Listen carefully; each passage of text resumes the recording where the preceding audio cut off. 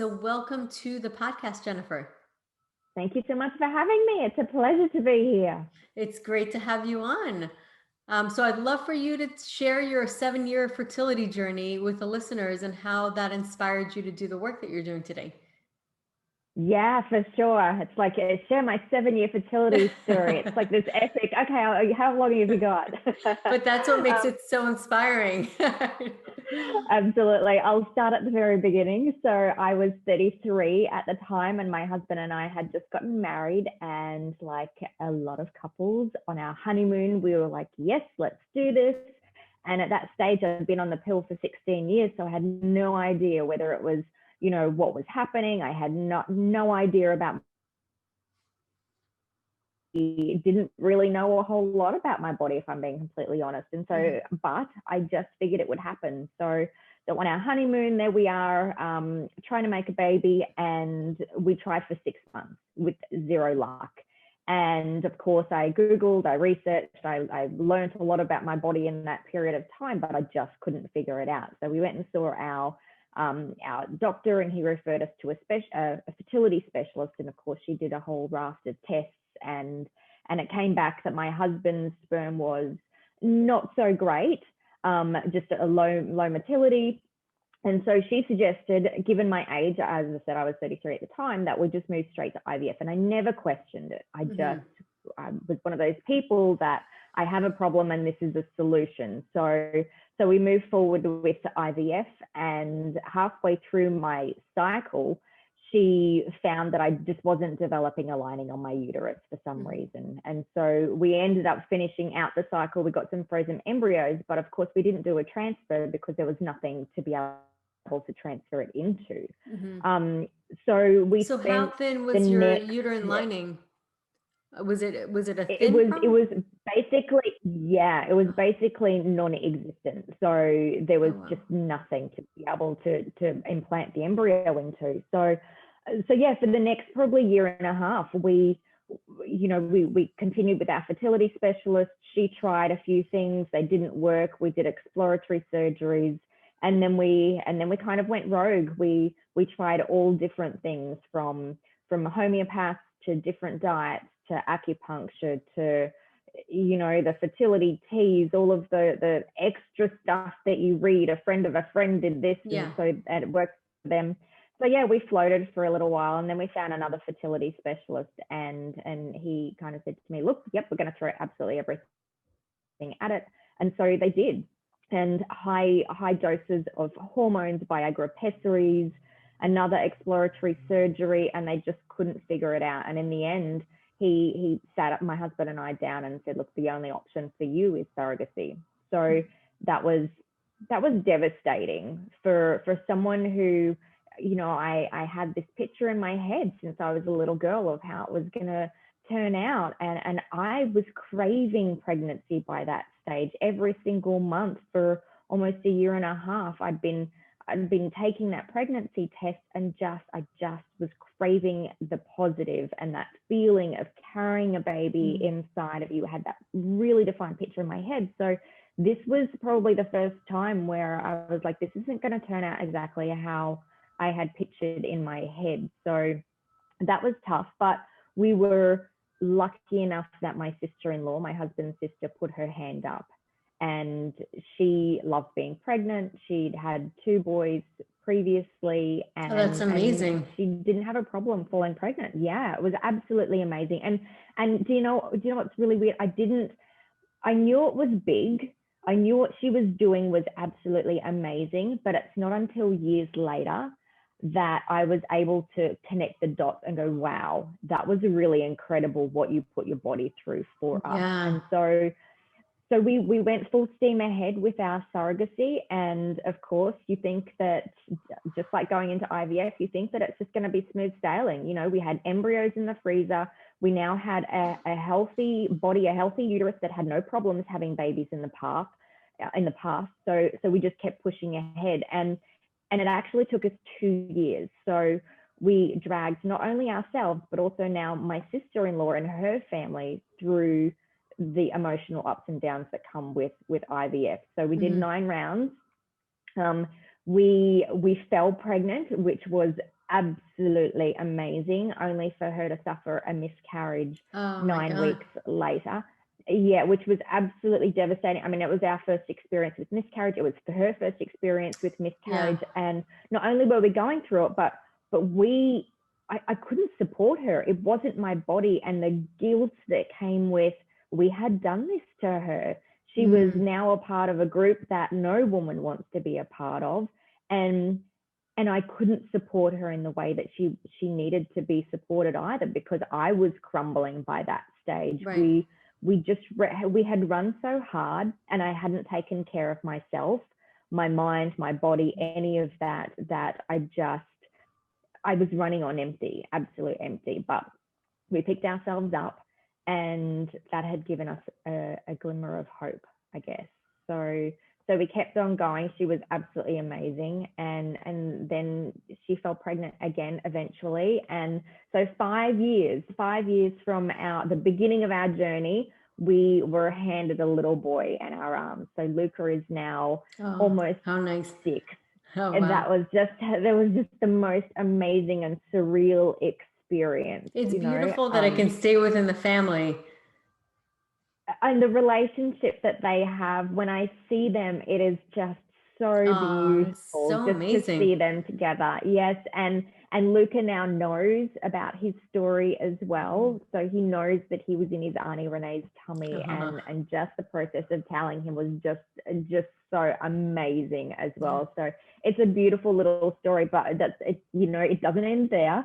So 2 weeks after she had Luca for us, I fell pregnant naturally, Oh which my God. I Wow. know you read about it, Yeah. and you hear a friend of a friend that happens to, but you never imagine that you're the exception to the rule. Hmm. True. And you know, Hmm. it was just, it really knocked us for a 6. We weren't expecting it. We'd reconciled in our mind that we were only going to have one child now, even though we desperately wanted more. But this was, we just couldn't go through that again. Not only was Renee not willing to do it, but we wouldn't put her through that again. And Yeah, quite of frankly, we course. couldn't. It's a lot. Yeah.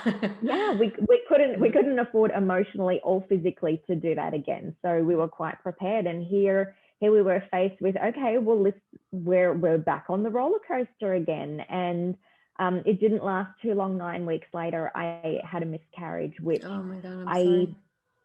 I think that's probably the angriest that I've ever been in my life, because Hmm. it was just the injustice of it all. You know, I Hmm. really felt like fertility was screwing with me, and Mm. because we'd gotten off that roller coaster, we'd finally gotten our happily ever after, and now we were being thrown back on it and then booted off again. So it was such a mixed emotion of devastation. And remember, I had this newborn baby in my arms, and I was crying, like I was grieving another baby. So I felt like I couldn't truly, Yeah. appreciate what I had, because I was grieving something else. So I don't know, looking back, I don't know how I picked myself up, but I figured, you just have to do it. And this is the thing on this journey, we can do hard things. Hmm. And so I picked myself up and kept on moving forward. But I had in the back of my head, I can actually do this. I Mm. can fall pregnant. And I'd Right. never, in my whole 5 years up until then, I'd never peed on a pregnancy stick and had it come back Yeah. positive. So it gave me a little bit of hope again. And then 6 months later, we fell pregnant naturally again. Hmm. And now we have Sophie, who Oh, is how 4 years beautiful. old. So it's just this, yes, it's this crazy, epic, incredible story, that not something that I ever pictured, not something that I would ever choose to go through, but it really has changed absolutely everything for me, not just my life, but who I am. Yeah, I can only imagine because you're never going to be unchanged after a story like that. And that is just what a remarkable story. It's like it's so painful too. You know, the Yeah. story is so painful and so miraculous and everything all at once. Yes, and I didn't really appreciate it until I started writing my book. So Hmm. I have a book out very soon on the 20th of November called The So Injustice of exciting. Infertility. And it's interesting. it's not until I actually sat down and reflected on all of the things that I had been through that I could see it from a different lens. And I could see, no, I mean, don't get me wrong, it was probably the toughest thing that I had to do, actually going back and delving into it, because I'd never dealt with it when I was going through it. I Hmm. never sat long enough to process. Right. I never grieved any of my miscarriages. I never sat in it because I was too scared of feeling it all, because I thought if I open this up and feel everything at once, it's going to kill me. And Hmm. so I didn't. And so the process of going back and walking through it again, it was painful, but it allowed me to see the strength and the love and everything that everyone had done for us, including Renee. You know, Hmm. like I now know, after being pregnant, the incredible strength it takes to grow a baby inside of you, not just Yeah. the beginning, but the middle, but the end and post and all of Right. that. And she did that for us. So I was Yeah. able to actually reflect back and go, wow. That's And instead incredible. of our story being such pain, I was able to see the love that came out of it. So it's been an absolutely incredible journey. Not just the first time, but the second time reliving it as well. Yeah. And it's one of those things that when people tell these kind of stories, they're like, I can write a book about it. And you did. I did, and I still can't believe that I was able to feel it. But there were so many moments that kept on coming up, and I'm like, oh my god, I forgot all about that crazy Right. moment. And so yeah, it's the highs, the lows, it's the irony, you know. And I say to people, you laugh, you will cry a lot, Hmm. but you will laugh and you will get tingles, and you will just it'll give you you know, all of these different emotions, just being able to read it, but also it will give you this distinct feeling that you're not alone, I can because imagine it's I so healing share too. absolutely. Yeah, but I share all of the thoughts, Hmm. all of the crazy thoughts, because a lot of the time on this journey, we think that it's just us, and because we're not sharing the Right. deep, dark truth of this is really what I'm going through. So Yeah. I bear it all on the table, and I'm holding book club at the moment, and so I've given an advanced copy to these women, and the feedback is amazing. It's relief, Yeah. it's the relief of, oh my god, I you thought that, oh my god, I'm thinking that too. And it's Yes. this me too concept that is Oh, yeah. so powerful in everything that we do, that just to know that we're not alone, and that we're not crazy, or we're not bad people for the things that are going through our head. This is the Yeah. normal part of infertility. Absolutely. And it's so easy to sometimes label ourselves or to identify a certain reality that makes it our fault to explain what's happening. And it's like couldn't be further from the truth. But I think that it's a very natural process when you're going through something because you just don't know how to make sense of it. And you have absolutely no control over it. So it's something that you kind of internalize, and to hear that somebody else is going through it, there's so much power in stories and so much hope. Absolutely, yeah. And I imagine for you too, going through it and reliving it, and it gave you, I'm sure you never get full closure on something like that, but it probably gave you, it was probably very cathartic for you to just release it and actually go through every step fully and completely when writing your book. Absolutely. It was such a brilliant experience, and I would, it really showed the power of writing things down. Yeah. And in terms of, like I don't expect women who are going through the journey right now to sit down and write about their story, but the power of things like journaling, just in order to process the things that we're going through, is such Right. a great skill, or a great exercise to be able to do that, just to get it out, whatever's inside of Hmm. your head, get it out without, if without having to actually speak it. It can get whatever's going on inside your head out on a piece of paper. Absolutely. And so when you were going through this journey, obviously, I mean, you were in the muck of it and you were just saying that you weren't really processing it, but Where were the glimmers of hope that you've gotten along the process when you were like in the thick of it? What was the little spark that kept you going? Yeah, for us, it was the darkest moments for us. It was both of our miscarriages, because I think a lot of the time we feel like we're doing everything that we can possibly be doing, but we're just not getting the results that we want. And despite the miscarriages being the absolutely devastating points on it, it gave us hope because it showed us we can do this.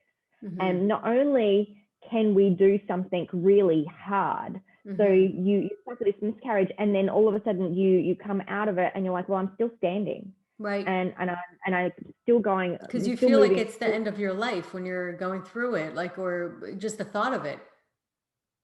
Absolutely, absolutely. So for us, yeah, the glimmers of hope happened around a miscarriage, because not only could we do it, but we could survive through real devastation. Yeah, and it's trauma.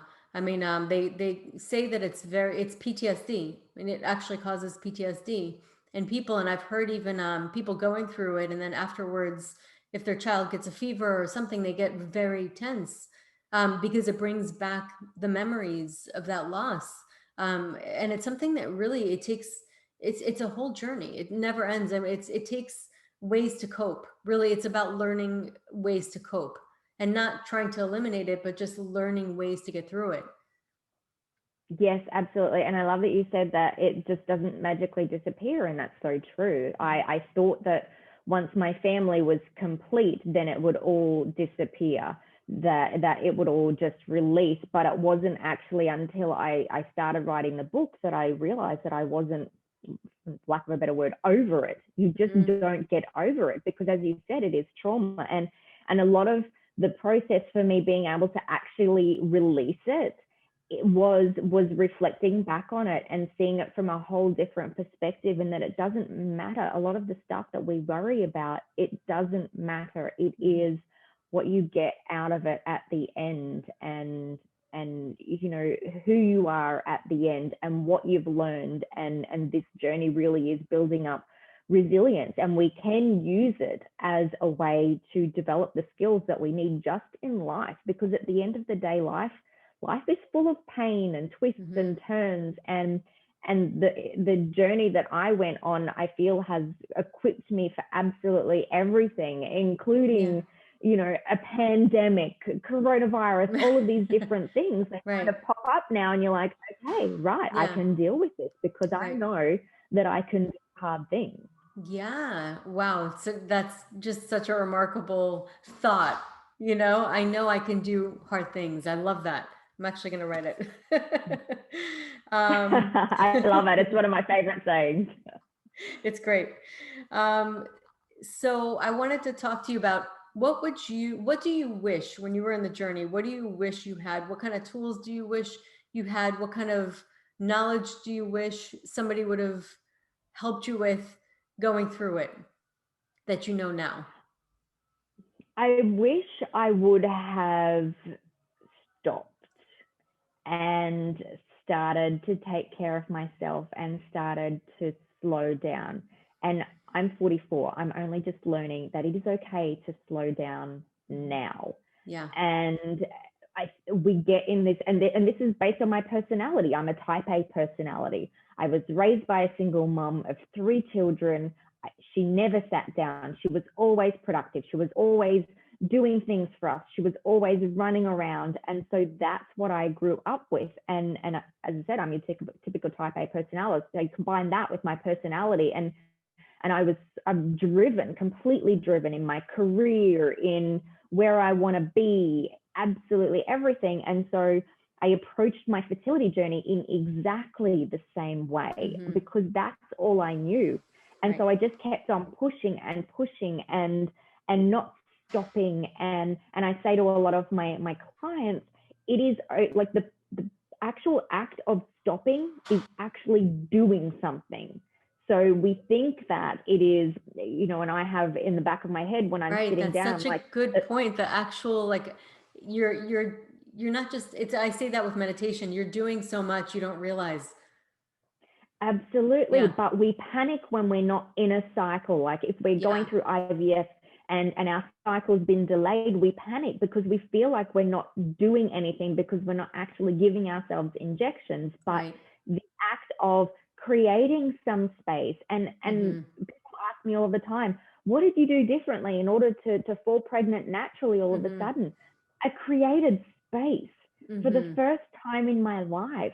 I was on maternity leave. I wasn't stressed up, and I'd gone through jobs that were really high powered. I was the CFO at one of Australia's most iconic brands. I was Mm-hmm. pushing, I was driving the whole time because I was just so driven. So Yeah. it it was being on maternity leave and not having the drive and the need to be productive. I just had one thing to look after, well, two things. Number one was me, and number Mm-hmm. two was a baby to keep alive. So Yeah. it just really, it really stripped it back. So I think sometimes the art of not doing something can be the biggest thing. So I wish that I had learned that lesson Mm-hmm. back then, that it is okay to, and I'm not going to say take a break, I'm saying pause. Mm-hmm. We Right, can right. pause Yeah. and get our shit together Mm-hmm. and breathe and take care of ourselves. And I didn't see the importance.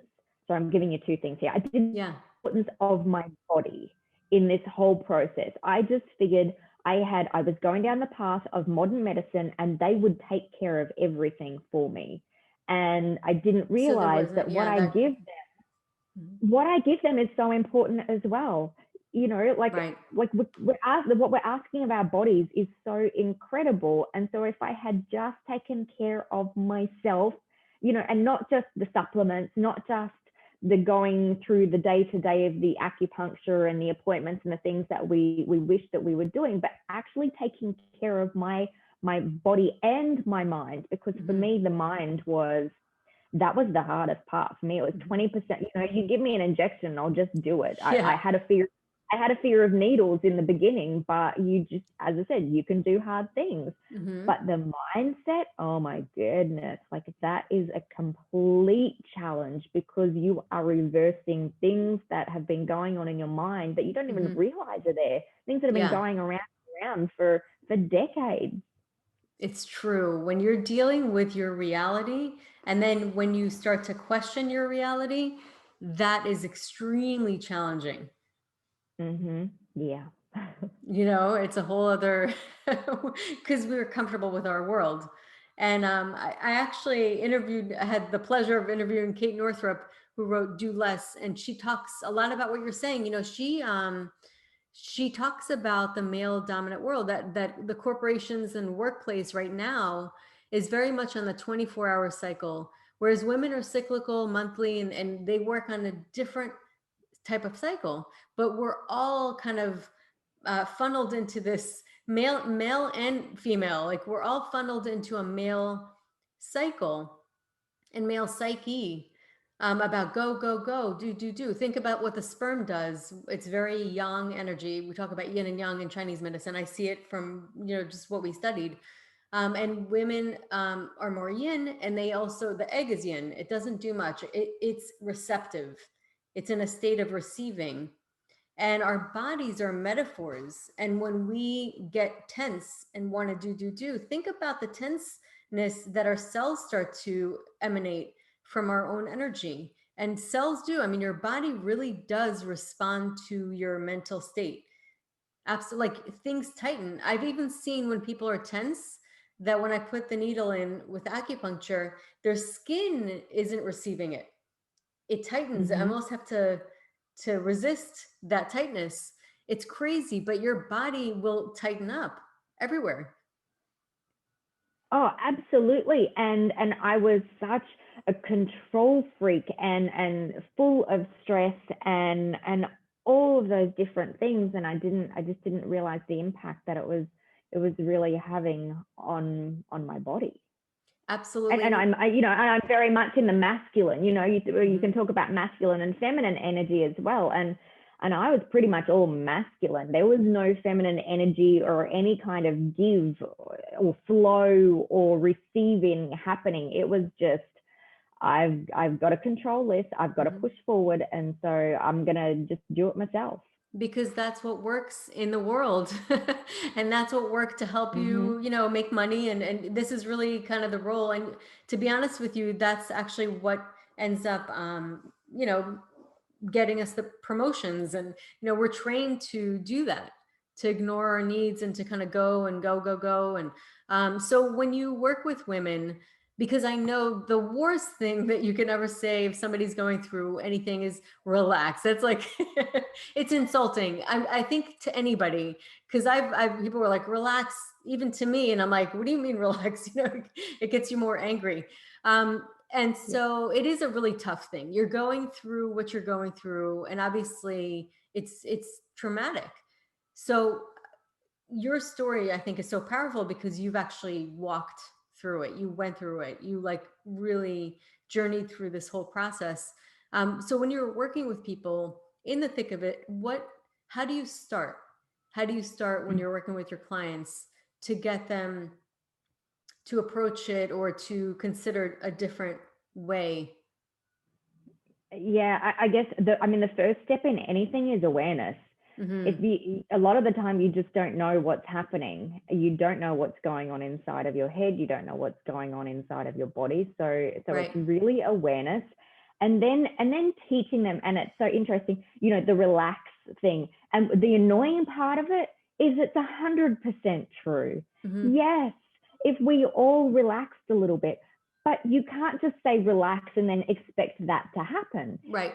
Because it How? And invalidates, right? It invalidates the person where they are at that moment. absolutely. And for someone like me, like a lot of us don't know how. Like relax, yeah, but how do you Right. do that? How does Yeah. that even look? And so for me, I like to teach women this is how you relax. And it's not just, okay, meditate. How does that Yeah. even look? For years I tried to meditate, and all I would do was do my shopping list, or I'd Right. In your punish mind. myself because Yeah. yeah, because I had this perfect picture of how a meditation was supposed to look and happen Right. and do. And every single thought that came in, I'd be like, well, I can't even meditate. How am I supposed to, have a baby? Of course, that's why I can't have a baby, because I can't meditate. And Hmm.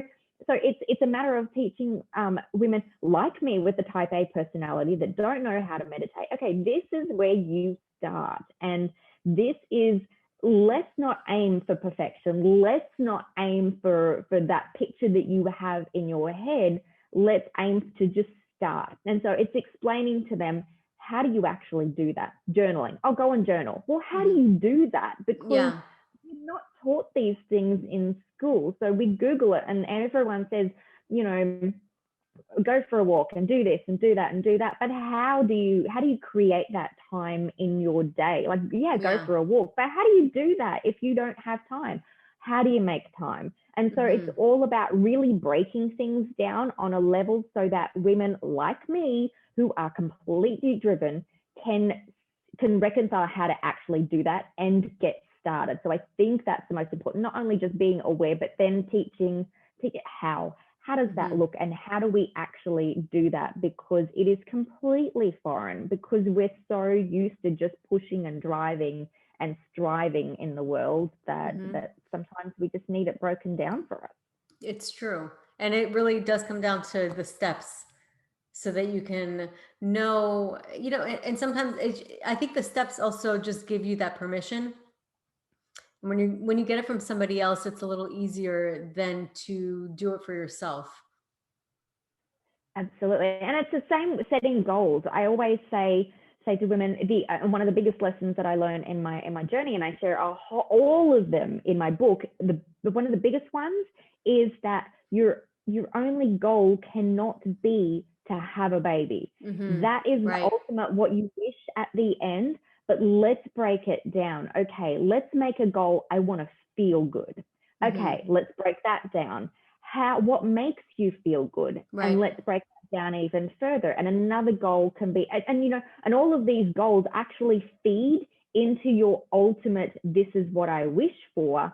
But what happens is every single month, if our goal is have a baby, then every single month we fail. But if our Yeah, goal it's is, true. I want to I want to create a little bit of calm or a little bit of peace. If that's our goal, then that's achievable. And then that Right. fits into our end goal. So it's just about breaking things down into bite-sized manageable chunks, because this journey is so overwhelming that we can't take on one extra thing. If someone Yeah. had said to me, "I'll just meditate, do acupuncture and this," I'd be like, "Oh my God, I cannot take on any more." So it's a matter of really stripping it back and breaking it down and just, taking little bite-sized chunks and on one step at a time. Yeah, absolutely. And it sounds like really it's about focusing on what we can control rather than having this goal that's really out of our control. And then we're going to always feel like a failure, but we have no control. Absolutely. And I think that we try to figure it out. What's the answer? Yeah. What is the answer? What do I have to do? What's the magic combination? But Hmm. we're focusing all of our energy on the wrong thing. Yeah. It's just, for a lot of us, this is the first time we've been up against something that we just cannot control by working harder. And it knocks us on our ass. Yeah. To put it bluntly, it's true. I mean, it really, it is like that's the thing. When you're trying to control something that you can't control, you're never, all of that's gonna do is just stop you in your tracks, and you're gonna get hard on yourself. And the one thing you really do need at that time is self-love and self-compassion. And I was just talking to one of my patients because she was invited to a baby shower, and I was so proud of her. She said no. Usually I tell them you could say no, it's okay. Like, and a lot of times people demand so much of themselves. They expect themselves to be superhuman. And you know what? She's not in a place where she's able to give. Like, there are times where we just can't give, and that's perfectly fine. Yes, and that is one of the best ways to take our power back, is to learn how to say no. That learn that we don't have to do that. We don't have to be heroes. And a lot of the time on this journey, whether it is self-punishment or trying to prove that we're strong, but we take on so much stuff Yeah. that we really don't need to. Learning to say no, because we say yes a whole hell of a lot more than we Yep. ever say no. Learning to Yeah. say no is one of the best skills you can actually develop, and go, you know what? I don't want to do that. So I'm not going to. And I don't actually have to explain myself. So just Right. giving yourself permission to say no to the things that are not going to make you feel good, that you're only doing out of obligation, and that Hmm. are actually going to you know drive you lower than where Hmm. you are. Yeah. You don't have to do it. It's like saying yes when you can't afford to. So it's almost like buying something that you don't have enough money in the bank for. It's okay. You just can't afford it right now. You can't afford to say yes in those circumstances when you are deficient in your energy. Absolutely. And I love that saying, if it's not a hell yes, it's a no. Yeah. And that should be the rule. Yes. I love that. That's great. So awesome. So talk more about, so the injustice of infertility. That's really, it's like a memoir. Yeah, absolutely. So it dives into the 7 years. And so not only does it tell the story that I just have, but it really takes that deep dive into, this is what I was thinking, this is what I was feeling, and I share all of the lessons that I learned along the way as well. And I wrote it for a number of reasons. Obviously, I wrote it for myself because I needed to process it. I wrote it for my two beautiful children because their story wasn't Hmm. conventional, and I wanted them to know that they were loved and fought Yeah. for every step of the way.